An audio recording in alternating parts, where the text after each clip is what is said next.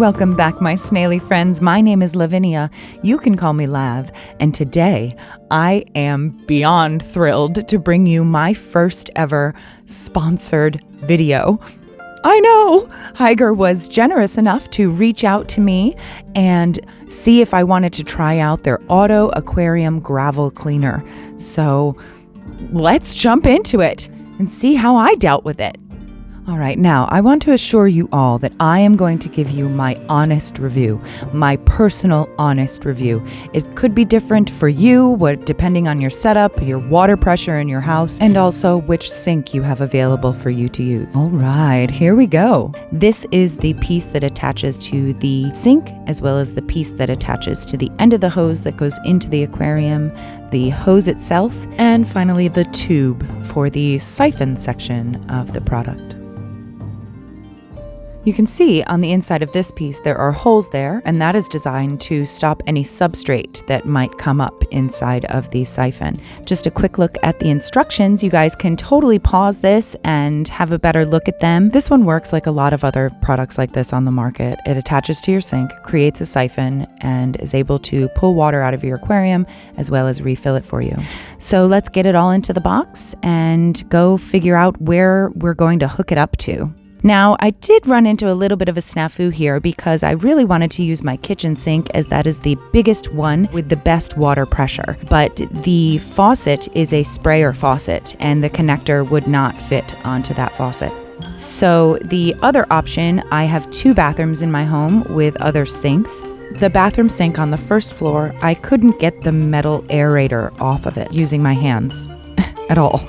And because of that, I chose to use my second floor bathroom sink to begin with. I was really looking forward to using this orange piece at the end of the siphon. I wanted to see how it sort of picked up everything out of the substrate. It is pretty large. I was really surprised at how actually large it was, considering the size of the siphon I normally use, which is probably 1/8 of the size of this one. But that's okay. We're going to see how this does. So here we go. We're going to attach it to the sink. You just want to remove this little metal doohickey here. It's called an aerator, Lav. Aerator. Like I said, we're upstairs in my second floor bathroom because my first floor bathroom, I couldn't get that metal doohickey off. Let's attach it righty-tighty, lefty-loosey. There we go. Fits well. Perfect. And now we'll connect the other piece on. All right, there we go. Everything seems to be going well. You can see it is creating a sort of a suction going back, and that's what we're looking for. It's working properly and as intended, so let's go down and set the other end. Let's go back up and turn the sink on so that the suction starts. Okay, now we go back down and check and see if the suction is going. Oh, the suction didn't start. There's no suction. Okay. Let me remove this part.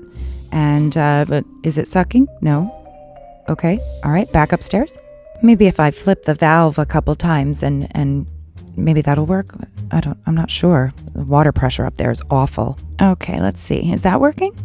No. All right. Let's try to get a siphon going the old fashioned method. That's not going to work, Lav. Back upstairs. Turn it off. Turn it on. Let's try to get the siphon going. If I turn the sink off and then on, turn it off, turn it on, or if I turn the sink on and then push water through, the valve on and then off, and then what if I turn it off and then on and push water through and then off so that it sucks it back out really fast, and the water pressure up here is awful. It's not working, barely coming out. Oh no. This item was working perfectly well before and as intended when I tested it in the sink. Maybe it's the water pressure in my house, or the fact that I'm on the second floor, that I can't get a good siphon or suction going. I don't really know. Let's try to turn it off and back on again. And Lav, no one's manning the other end. Lav! Oh gosh. Oh no. Oh no. Oh no. Oh no. Oh no. Run. No. Towels. Water everywhere. Water everywhere. Okay, use a clamp. Lav. Put it on the side. Oh my gosh. Okay. Phew. Got through that. We are going to get this going if it's the last thing I do. I love this company and I want to do this proud. Let's go. Upstairs. Let's try to get it going again. Is it going? One more time. Really shoot it through. Suck it back up. It's not working. I should go back down and check the tank. Holy crow, I was really close to overflowing. Okay, I'm getting a wrench and we're moving to the first floor bathroom. I got a wrench and I got that metal doohickey off in the first floor bathroom. It's an aerator. So here we are on the first floor. This is the day that I defeated the aerator boss of the first floor bathroom. This should work. Better water pressure on my first floor. The sink doesn't drain very well, but that's another problem for another day. And let's put it into the water. Is it working? It's working. It's going back through. Perfect. All right, here we go. Enlist the husband for some help. And flip the switch and cross your fingers. Come on, Schwartz. Come on, Schwartz. I believe the children are the future. There it goes, there it goes, there it goes. Success. All right, perfect. Now, is it working? It's working.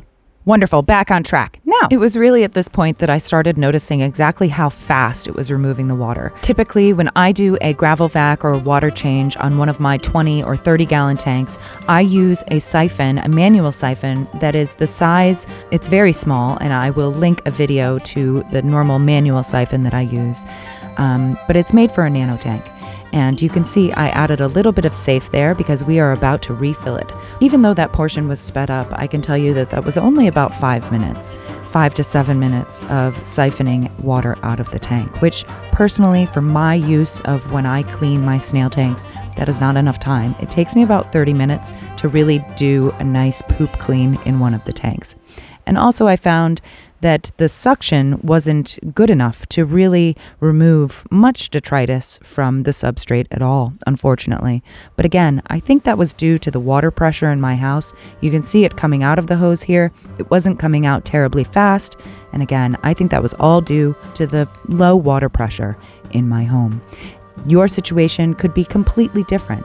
I really think if you have a larger tank, 100 gallons, 75 gallons, or if you have an established fish room with a slop sink, this size of auto water changer or gravel vac system really could be beneficial to you. I think I would also use it in a situation where if something was going wrong with the water column of one of my tanks, I could quickly hook this up to the first floor sink now that I've gotten that aerator off, and I could do a quick water change to remove a large portion of water and replace a large portion of water quickly.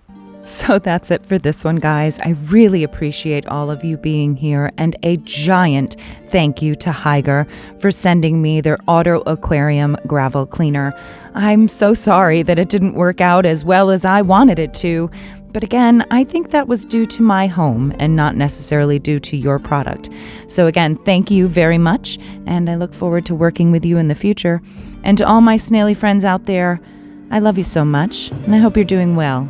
And I hope the new year is treating you well. Don't forget to subscribe if you haven't already, and if you like the video, go ahead and hit that like button. It really helps the algorithm out. We'll see you in the next one. Again, thank you all so much. And a big thank you to Hygger. Until the next time, and don't forget, Don't forget, hug your snails. hug your snails. See ya.